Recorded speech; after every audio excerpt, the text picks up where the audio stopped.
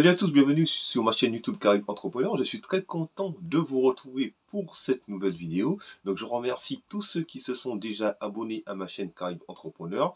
Et si ce n'est pas encore votre cas, je vous invite à le faire. Donc aujourd'hui, dans ce contexte de vie chère, de crise en Martinique et notamment dans d'autres départements français, on va parler un peu d'économie. Donc on va parler d'oligopole et de monopole aux Antilles.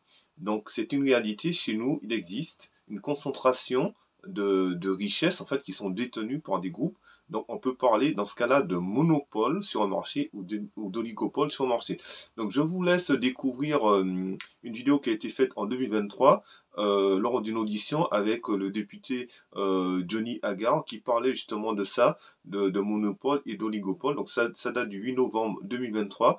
Donc c'est très intéressant ce qu'il va dire. Je vous laisse écouter et je vous reviens tout de suite après pour les commentaires. À tout de suite. Ce que je veux dire par là, c'est que c'est la première fois que ce rapport s'attaque à un problème de fond qui est quelles sont les causes structurelles. Il faut ajouter les causes conjoncturelles parce que le temps passe, on évolue. J'avais 20 ans il y a 20 ans. Aujourd'hui, j'ai 18 ans. Allez, on y va. Je grandis pas, je grandis en sagesse, mais je baisse en âge civil. C'est pour taquiner tout le monde. Donc, qu'est-ce que je veux dire par là? Le niveau des prix, ça nous amène dans la réalité du modèle économique historique dans lequel nous sommes. Oligopole, monopole. J'apprends rien à personne.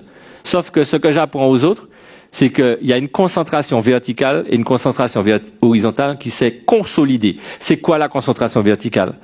Quand vous avez la maîtrise de la chaîne d'approvisionnement, depuis l'industriel, jusqu'au transporteur, jusqu'au transport, jusqu'à grossiste importateur, jusqu'au distributeur, c'est-à-dire le consommateur final, vous maîtrisez la chaîne. Quand vous maîtrisez la chaîne, vous faites des économies d'échelle. En économie, ça s'appelle des économies d'échelle. Quand, en plus, vous avez les moyens d'optimiser fiscalement, eh bien oui, la multiplication des intermédiaires devient un vrai problème. Parce que chaque intermédiaire, c'est une marge.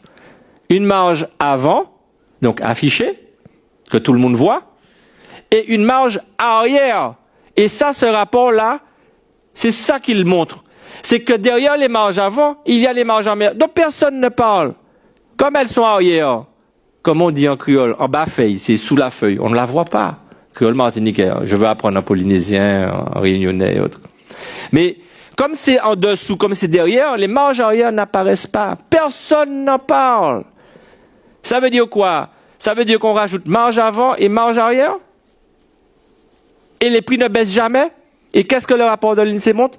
Les écarts de prix entre la France hexagonale et les Outre-mer, là, 2022, n'ont jamais été aussi importants maintenant qu'avant. C'est-à-dire que les écarts de prix se sont creusés. Pourtant, la Martinique ne s'est pas éloignée de la France. La Guyane non plus. On n'est pas passé de 8000 km à 20 000 km de distance. Notre position géographique n'a pas changé. Et pourtant, les écarts de prix continuent de se creuser. Donc le rapport apporte la réponse. Les marges ne baissent pas. Les prix continuent d'augmenter. Donc le consommateur final continue d'être otage d'une situation de marché fermé. Ben oui. Pourquoi le marché est fermé? Parce que les seuls moyens d'approvisionnement, c'est par le bateau. Je ne dis même pas l'aérien, parce que c'est quelques produits qui viennent par l'aérien, ça sent que ça coûte encore beaucoup plus cher par l'aérien. Le seul moyen de déplacement, de mobilité humain, pour nous, dans nos territoires, c'est l'avion. Le seul moyen de récupérer des marchandises, c'est par le bateau. Donc on est contraint par rapport aux Français de la France hexagonale. C'est une réalité. Vous avez le train, vous avez la route, vous avez l'Europe. Les lieux d'approvisionnement ne sont pas les mêmes. Nous, on nous impose comme approvisionnement la France. On a des marchés caribéens, régionaux, dont la diplomatie territoriale, on est étranger à notre propre diplomatie. On n'est pas capable de négocier nous-mêmes pour avoir de la marchandise moins chère, bien sûr, avec une équivalence des normes, parce qu'il faut maintenir la sécurité des normes. Mais c'est pas une équivalence qui écrase la norme et qui empêche de recevoir, comme on a vu à Saint-Martin, de l'eau. Je parle parce que j'ai vu France Gums là.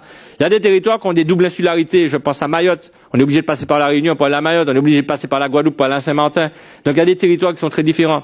Donc le niveau des prix est un problème. Donc qu'est-ce qu'on peut dire des propos du député Johnny Agar? Donc on peut dire qu'il a bien exposé le sujet parce qu'il connaît le sujet, puisque voilà, il est martiniquais, il connaît la situation économique de la Martinique, il vit en Martinique, donc voilà, il sait de quoi il parle, il maîtrise le sujet. Donc, ce que j'ai bien aimé dans ce qu'il a dit, la Martinique ne s'est pas éloigné de la France, ni la Guadeloupe, ni les autres îles, hein, et pourtant, on constate aujourd'hui que les produits sont de plus en plus chers. Donc là, il a parlé d'oligopole. Et c'est une réalité, effectivement, et là, ça datait de 2023. Donc, il y a eu une étude qui a été faite, hein, par Christophe Girardet, donc, qui est un économiste de renom. Hein. Il y a une audition qui a été faite au Sénat, une commission a été mise par rapport à la lutte contre la vie chère. Donc, il a mené une enquête, il a mené une expertise, il a produit un document, voilà, par rapport à tout ça. Et donc, je vous laisse écouter. Voilà, il va poser les bases, hein, du contexte, en fait, de ce qui se passe là-bas, notamment aux Antilles. Et je reviens tout de suite après pour qu'on puisse échanger ensemble. À tout de suite. Bien, Madame la Présidente, Mesdames et Messieurs les sénateurs et sénatrices, pardon, je vous remercie en tout cas de vous intéresser à mes travaux. Et évidemment, je suis très heureux de pouvoir partager mes réflexions sur l'outre-mer. Alors, je précise que je ne suis pas un compatriote ultramarin, mais à travers mes études, j'ai eu la chance de connaître certains territoires d'outre-mer, et j'ai appris à les connaître et à les aimer d'ailleurs. Et je m'y suis rendu souvent, en particulier dans deux d'entre eux, La Réunion et Mayotte. Je ne me suis pas rendu en Martinique, hélas, mais j'ai beaucoup étudié la situation, donc je pourrais... vous m'avez posé deux questions sur ce sujet, je m'efforcerai de répondre parce que j'ai suivi de très près les négociations, notamment sur ce qui s'est passé dans les mouvements en Martinique, qui malheureusement ne m'ont pas beaucoup surpris. Alors je suis d'autant plus heureux d'être devant vous, et sans flagornerie, je connais le sérieux et la sérénité du Sénat, y compris dans ses études, ses enquêtes. Alors je sais que c'est pas une commission d'enquête, c'est la délégation aux Outre-mer, mais je suis très heureux de vous partager non pas des convictions, mais des observations qui, hélas, on va dire, alimentent mes rapports. J'en ai fait 5 dans l'outre-mer, hein, ou 6 même. Et je dois vous dire, et encore une fois sans provocation, qu'il m'arrive de penser que des décisions importantes doivent être prises. Et hélas, le nouveau conflit à la Martinique illustre une situation de tension avec pas simplement une perception de nos compatriotes ultramarins c'est même pas un sentiment de vie chère, c'est une réalité. Hein. Et je pense qu'il est plus que jamais les législateurs que vous êtes doivent intervenir quand des situations économiques que je crois connaître un peu se détériorent à ce point avec des excès. Et Dieu sait qu'il y en a beaucoup. Je pense que la représentation nationale et les législateurs doivent légiférer. Alors, j'aurai l'occasion, si vous me l'autorisez, de vous partager les recommandations que j'ai faites, qui datent déjà depuis 2 ans, qui me semblent de nature à apporter vraiment ou créer les conditions pour non pas mettre un terme à la vie chère, mais au moins faire en sorte que, parce qu'il n'y a pas de facilité au sein des départements d'outre-mer, mais pour faire en sorte que le niveau de vie soit comparable dans les outre-mer, malgré l'insularité, malgré l'éloignement, avec ce qui se passe en métropole. Alors, comme vous m'avez accordé la parole et que j'ai peu de temps pour cette déclaration, et je répondrai à toutes vos questions, et merci de m'avoir partagé vos questions, que j'ai regardées avec attention, hein, et je m'efforcerai d'y répondre au mieux. Mais d'abord, je voudrais tout de suite commencer cette intervention en vous invitant à ne pas rester sur ce sujet de la vie chère, sur ce que j'appellerais l'écume des vagues. Et malheureusement, vous n'êtes pas aidés par différents acteurs que je ne citerai pas, qui souvent vous envoient dans une voie qui me paraît secondaire ou de garage. Et je voudrais tout de suite commencer par cela, parce que pour moi, c'est une vérité scientifique et pas une conviction. Non, la vie chère ne s'explique pas par l'insularité ou par le simple fait que ces départements sont éloignés, ce qu'on appelle les frais d'approche. Alors je ne dis pas que ces frais d'approche et cette insularité, cet éloignement ne contribuent pas à la vie chère, mais il y contribue, ce phénomène, de façon très secondaire. Mes rapports montrent que si on prend un produit à 10 €, n'est-ce pas, eh bien, il faut considérer que 5 à 7% de ce produit peut s'expliquer, peut se justifier par l'éloignement. Seulement. Et alors, ce qui est terrible, et je dois vous dire que le dernier rapport que j'ai fait, l'étude que l'INSEE a publiée il y a maintenant à peu près 10 mois, qui est terrible pour nos compatriotes ultramarins, qui est cette étude très bien faite d'ailleurs par l'INSEE, qui compare le panier des produits en Outre-mer et en métropole. Et vous le savez, il y a un chiffre qui n'a pas été suffisamment évoqué, mais je vais vous donner le premier chiffre que tout le monde connaît. Si on regarde le différentiel du panier moyen des courses alimentaires, enfin les courses généralistes de nos compatriotes ultramarins, si je prends la Réunion par exemple, ce différentiel est en moyenne, est de 37%. À la Martinique, il est de 40%. À la Guadeloupe, de 42%. Et c'est une moyenne. Hein. Vous savez, quand je fais des interventions dans les écoles, je rappelle que la moyenne, c'est important, mais c'est trompeur. Vous savez, quand vous avez la tête dans un four et les pieds dans le bac à glace, en moyenne, vous êtes bien. Donc quand vous avez 40% en moyenne, ça veut dire que vous avez des extrêmes énormes.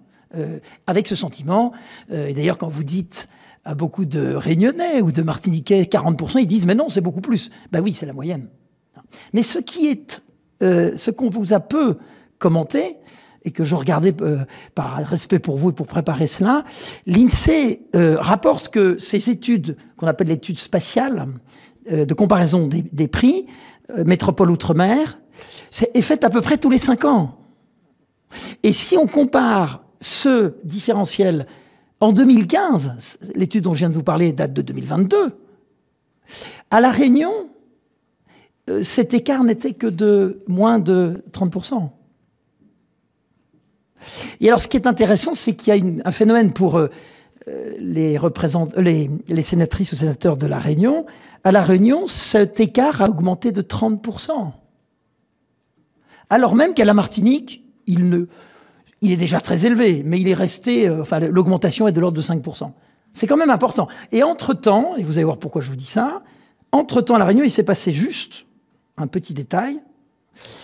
Un groupe déjà dominant dans beaucoup d'outre-mer, le groupe GBH, a pris le contrôle de numéro 1 de la distribution, passant sa part de marché dans la distribution alimentaire, comme par hasard, de 17% à 37%. Et vraie cause de la vie chère en outre-mer, on va les trouver d'abord par ce que j'appellerais un modèle économique particulier à l'outre-mer. Et je vais peut-être choquer, je vous prie de m'en excuser, j'ai peur de vous dire que l'économie de l'outre-mer n'a pas renoncé à ce qu'on appelle le bon vieux système de l'économie de comptoir. Qu'est-ce que c'est que l'économie de comptoir? C'est le fait pour quelques acteurs, parfois un seul, de monopoliser une très grande partie des richesses qui arrivent du port. D'ailleurs, et sans aller trop loin sur ce sujet, ces causes sont même historiques. Hein. Je rappelais, et je parle sous le contrôle des sénatrices et sénateurs de l'outre-mer qui connaissent ça beaucoup mieux que moi, mais la République a libéré les esclaves, leur a rendu leur liberté, mais pas le pouvoir économique, ni même la propriété de leurs terres. Mais ce qu'on sait moins, c'est que la République a indemnisé les esclavagistes. Et c'est ce qu'on appelle les groupes béquets.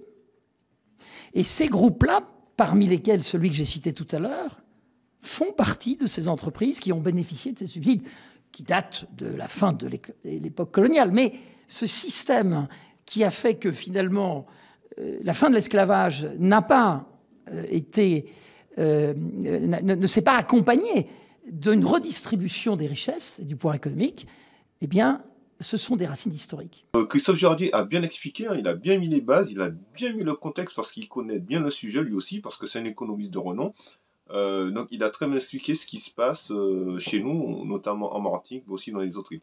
Donc on va définir dans un premier temps qu'est-ce qu'une situation de monopole et qu'est-ce qu'une situation d'oligopole. Donc une situation de monopole, c'est simple, hein, c'est un acteur qui capte l'essentiel de la clientèle. C'est ça une situation de monopole. C'est-à-dire que vous avez qu'un magasin qui vous vend les produits et vous êtes obligé d'aller chez ce vendeur pour vous procurer les produits. Une situation d'oligopole, c'est quoi? C'est un petit nombre de vendeurs qui captent l'essentiel de la clientèle. C'est-à-dire qu'au lieu d'avoir un seul magasin comme la situation de monopole, vous aurez peut-être 3 magasins. Vous aurez peut-être 3 enseignes sur l'île qui vont vous proposer des produits. Et vous ne pourrez aller que dans ces 3 enseignes-là. Donc là, on est dans une situation d'oligopole.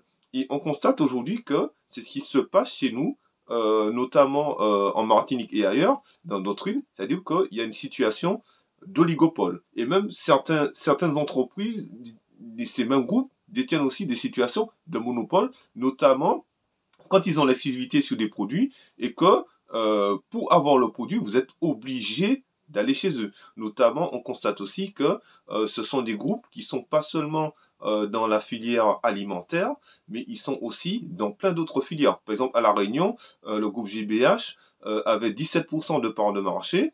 Ils ont racheté des entreprises, ils sont passés de 17% de part de marché à 37% de part de marché. Donc là, voilà. Donc on constate qu'ils ont gagné encore plus de part de marché. Et aujourd'hui, à La Réunion, ils ont environ 51 entreprises. Voilà. Donc ce sont des groupes qui sont à la fois dans l'alimentaire, mais aussi dans plusieurs domaines, dans plusieurs secteurs d'activité. Et on parle aussi, c'est comme ici, on parle de marge avant, de marge et de marge arrière.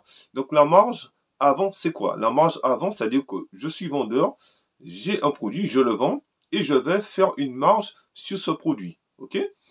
Par contre, la marge arrière, c'est quoi? La marge arrière, c'est tout ce que vous faites en amont de vendre le produit. C'est-à-dire que, par exemple, je suis grossiste, voilà, je suis importateur, grossiste, c'est-à-dire que je vais commander des produits, par ma société, je vais facturer les produits que je vais vendre à mon hypermarché. Donc là, je vais me faire de la marge sur ces produits, par exemple. Donc aussi, il y a aussi d'autres marges aussi. Par exemple, ça se passe souvent dans la grande distribution. Par exemple, que quand les producteurs, les fournisseurs, voilà, doivent mettre leurs produits en rayon, ils paient aussi, à la fin de l'année, ils sont indexés, voilà, sur leur chiffre d'affaires. Et même, on va beaucoup plus loin, même par exemple, quand un produit doit être mis en tête de gondole, par exemple, eh ben, le producteur paie aussi sa place. C'est-à-dire que dans les hypermarchés, dans les supermarchés et dans pratiquement tous les magasins, vous avez des places, en fait, plus votre produit va être mis en avant et plus vous allez payer, en fait, entre guillemets, des marges, en fait, quelque part. Puisqu'en fait, un producteur, ce qu'il veut, c'est que son produit soit mis en avant. Donc, on parle de linéaire, donc on parle de mètre linéaire, en fait. Et voilà, donc vous aurez un certain nombre, par rapport à votre gamme de produits, vous aurez un certain nombre de mètres linéaires. Et par rapport à ce que vous allez donner à l'hypermarché, ou peu importe l'hypermarché, ça dépend du secteur dans lequel vous vous trouvez, vous allez devoir payer pour le positionnement de vos produits. Donc, c'est une réalité. Donc, on se rend compte que ce qui se passe aujourd'hui, c'est qu'il y a beaucoup de grands groupes qui ont créé une chaîne, une structure en fait économique qui fait que du départ de produits qui va partir de la France par exemple, qui va arriver en Martinique, ils vont créer plusieurs entreprises. Donc chaque entreprise le produit va transiter par chaque entreprise. D'accord? Et sur chaque entreprise qui leur appartient, donc ça sera une dénomination sociale différente. Cette entreprise-là va prendre sa marge. Elle va transmettre à son autre entreprise qui va aussi prendre sa marge. À l'entrepôt, arrivé chez nous, aux Antilles, qui va prendre sa marge. Et à l'hypermarché ou le magasin qui va prendre sa marge. Et dans la globalité, on constate que toutes ces entreprises appartiennent à la même personne. Donc ça, c'est une stratégie aussi. Donc ça permet quoi? Ça permet au groupe en fait de s'enrichir sur tous les niveaux. Il y a aussi autre chose, c'est une réalité, c'est-à-dire que vous prenez l'exemple, j'ai un hypermarché et je produis aussi des yaourts, par exemple. Ce qui s'est passé notamment à La Réunion. C'est-à-dire qu'à La Réunion, il y a des personnes qui fabriquent des yaourts, voilà, des yaourts locaux hein, à La Réunion, et aussi il y a Danone qui est présent. Et donc, en fait, ce qui se passe, c'est que on constate que au niveau du mètre linéaire, étant donné que c'est le même groupe qui possède Danone, qui fabrique Danone à La Réunion et qui vend les yaourts Danone dans l'hypermarché, et dont l'hypermarché lui appartient, qu'est-ce qui se passe? C'est-à-dire que on constate que Danone a 2 fois plus d'espace que le producteur local. Donc, quelque part, c'est une concurrence déloyale, puisque quelqu'un ne peut pas être à la fois grossiste, voilà, grossiste, et à la fois vendre les produits. C'est-à-dire que la personne, indirectement ou directement, va vouloir mettre ses produits en avant par rapport à un producteur local. Donc déjà, il y a une concurrence qui est déloyale. Et ça existe chez nous, aux Antilles. En constatant aujourd'hui qu'il y a beaucoup de groupes qui sont dans les hypermarchés, mais qui sont aussi grossistes et qui aussi, pas seulement grossistes, mais qui fabriquent des produits. Par exemple, on parle de confiture, on parle de, par exemple, Caresse Antillaise, par exemple, Montpellier, par exemple, pour ne pas citer.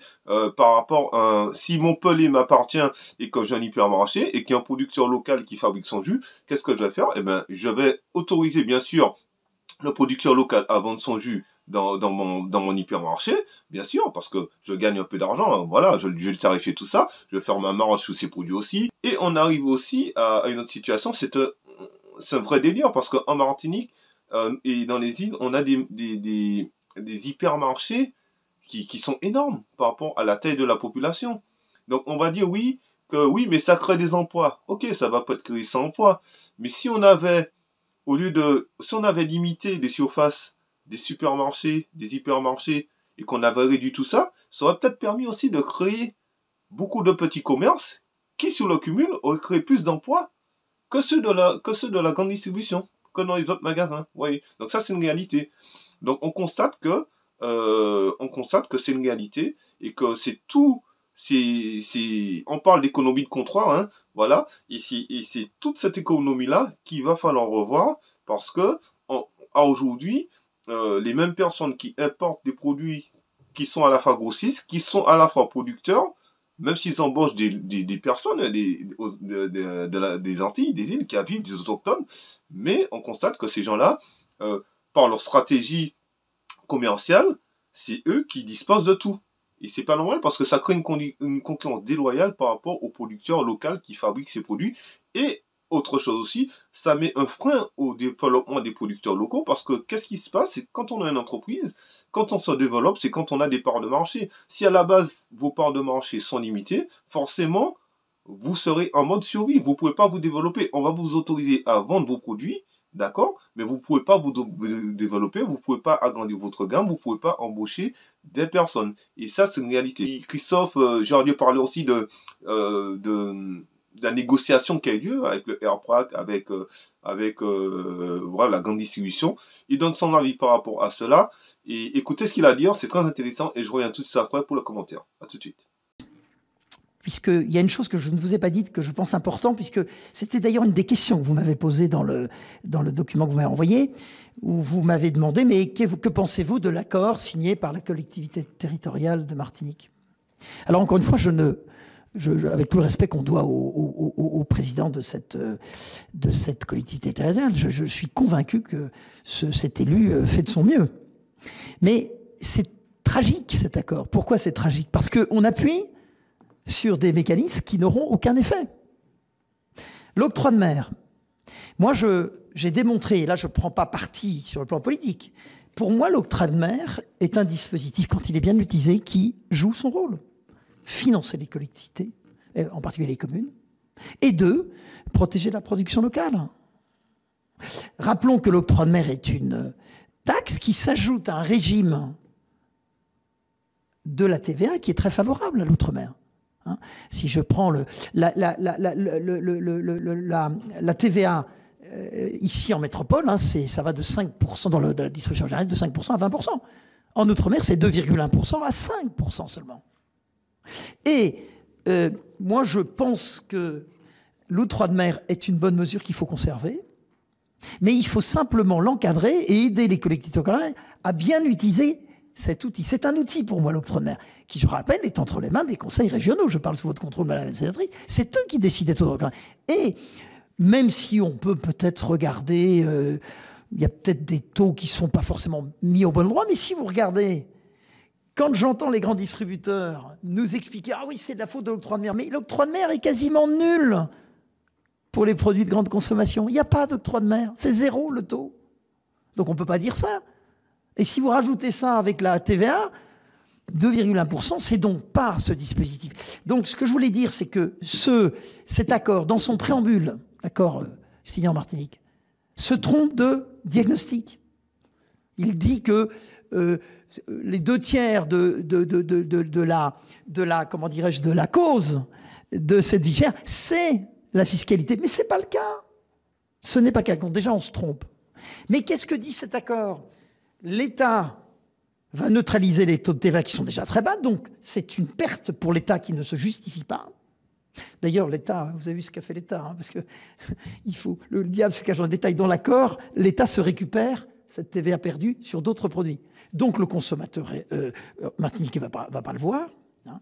Mais la vérité du président de la collectivité territoriale est louable, mais encore de l'argent qui ne se justifie pas.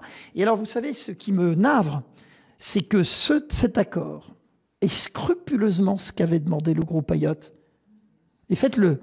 Le groupe Ayotte avait demandé exactement ces mesures lors de son intervention devant la commission d'enquête parlementaire, vos collègues de l'Assemblée nationale. C'est quand même incroyable. Alors que moi, je suis passé après pour dire que ce ne sont pas là les causes de la vie chère, c'est précisément l'accord qui est signé en Martinique. L'accord qui a été signé, eh ben, elle est pratiquement caduque, puisqu'il a dit aussi que l'accord qui a été signé, c'est ce que voulait le groupe Bernard Ayotte quand ils ont parlé au Parlement. Donc il dit que cet accord-là, ça va rien changer. Ça va rien changer.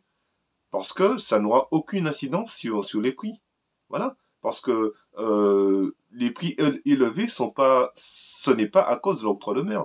En plus, l'octroi de mer sert à financer nos communes, nos collectivités. En plus de ça, on se rend compte que l'État, était d'accord pour pouvoir supprimer la TVA, mais en plus de ça, avec le nouveau gouvernement, le Premier ministre, il est à la recherche d'euros, hein, parce que bon, la France est en déficit, et on se dit, mais pourquoi la France autorise ça? En plus, pour venir à ce qui s'est passé il n'y a pas très longtemps, le vote du budget a été rejeté. Donc, en gros, les mesures qui ont été proposées concernant le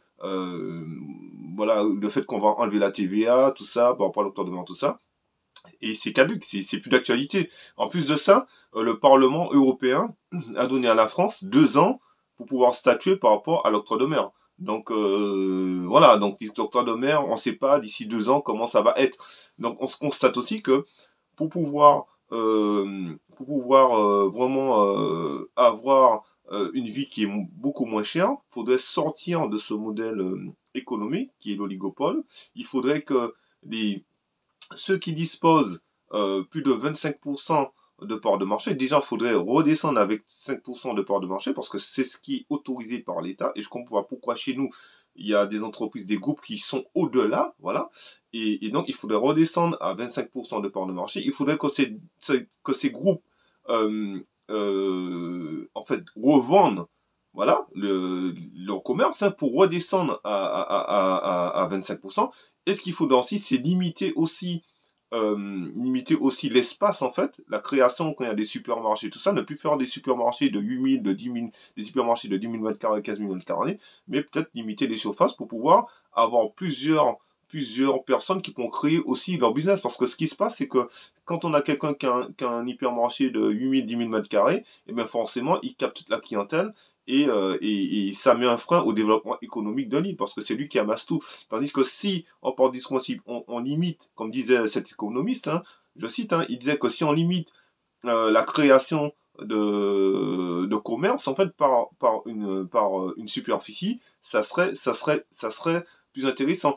Ou autre chose aussi qu'il a précisé, il faudra aussi taxer aussi ces groupes, en fait, qui ont de grandes surfaces, entre 8 000, 10 000, 15 000 m², et voilà. Et par rapport aux besoins de l'île, c'est énorme. Il faudrait les taxer au niveau des surfaces, mais il faudrait aussi les taxer au niveau de leur chiffre d'affaires, voilà.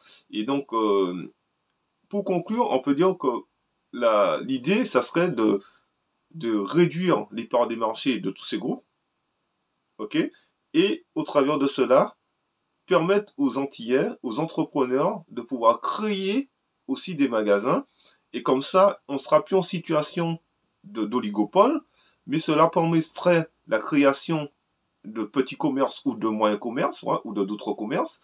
Et comme ça, on aura une concurrence plus loyale. Parce qu'aujourd'hui, on n'a pas de concurrence loyale parce que tout est centré sur les mêmes personnes, voilà, les mêmes personnes qui disposent de toute la chaîne de distribution. Et ça, au niveau de la concurrence, ce n'est pas loyal. En plus de ça, on se rend compte que l'État donne de moins en moins de dotations aux collectivités, c'est une réalité. On constate aussi que des mesures qui ont été prises, par exemple en 2009, il n'y a pas eu de contrôle ou très peu de contrôle.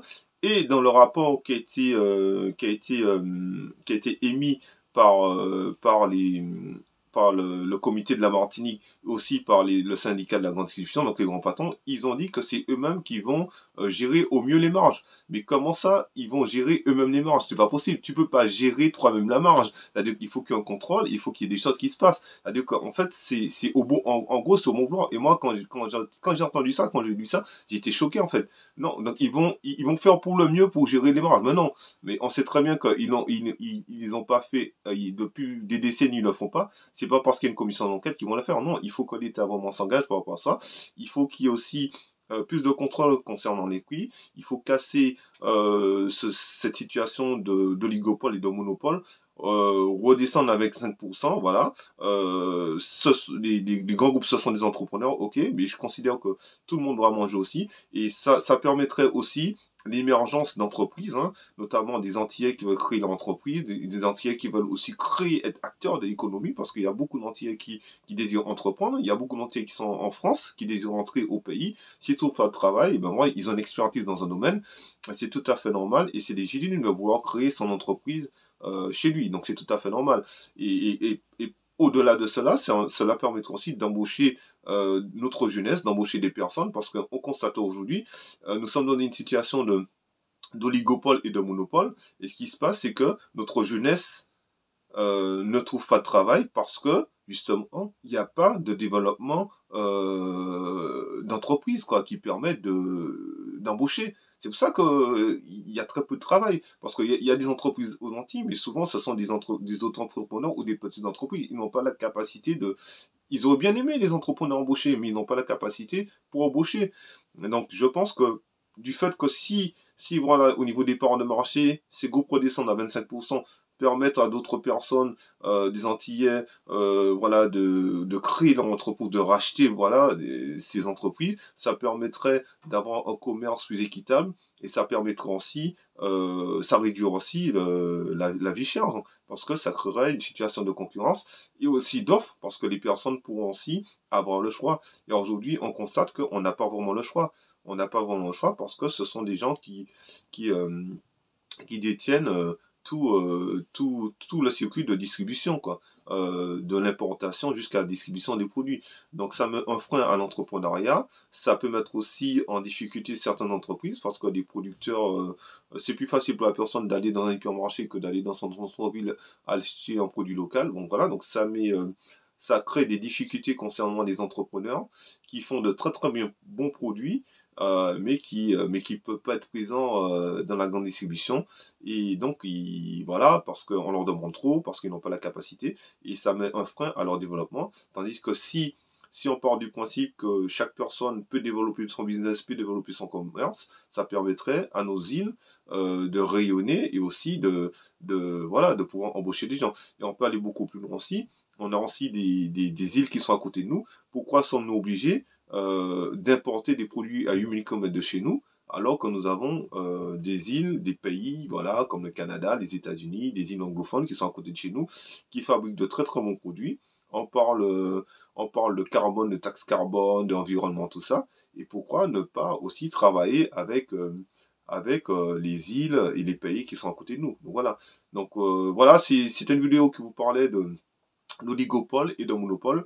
Donc il y a des solutions, il y a des idées, il y a des choses à creuser, mais le airport a raison de ne pas signer cet accord parce que en fait c'est ce que voulaient les groupes, hein, les groupes de la distribution, notamment le gouvernement, c'est ce qu'ils voulaient. Ça a été dit lors de l'audition, hein, au Sénat avec cet économiste, c'est ce qu'ils avaient demandé. On constate que c'est ce qui a été fait. Et du coup, ça change en rien la vie des Martiniquais. Et l'économiste disait, faites attention, monsieur les sénateurs, sénatrices, parce que si vous votez cette mesure, vous aurez des responsabilités parce que, en fait, la situation risque de s'aggraver et ça sera de pire en pire. Donc aujourd'hui, je pense que cet économiste a bien présenté cela, mais je mettrai la totalité de cette vidéo sur ma chaîne YouTube, donc vous pourrez aller le voir, et comme ça vous aurez tous les détails, parce que c'est très très long vraiment ce qu'il a dit, et donc j'ai fait des petites séquences, mais vraiment c'est quelque chose à écouter et vraiment à écouter, parce que pour savoir un peu comment ça se passe, pour savoir un peu comment ces groupes agissent dans nos îles, et pour aussi avoir la culture en fait de ce qui se passe, parce que je pense que c'est très important de se cultiver, de savoir ce qui se passe en fait. Parce qu'il y a beaucoup de personnes qui parlent, mais il faut vraiment connaître le sujet, le contexte. Et puis c'est bien d'avoir des analystes, des personnes qui maîtrisent le sujet et qui ne racontent pas n'importe quoi parce qu'ils ont des preuves et c'est leur job, quoi. Voilà, donc je vous dis à très très bientôt pour une prochaine vidéo sur ma chaîne Caribe Entrepreneur. Et d'ici là, portez-vous bien les amis. Ciao ciao, bye bye.